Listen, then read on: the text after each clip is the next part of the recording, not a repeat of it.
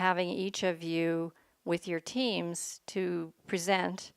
where you are with your repository, demonstrate it if you have something you can show us, and we know that some or many of you do already have something that you can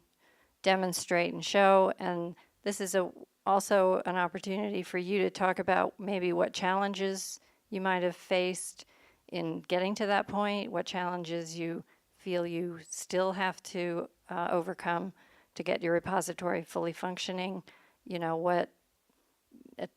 you feel you've achieved and where your successes have been.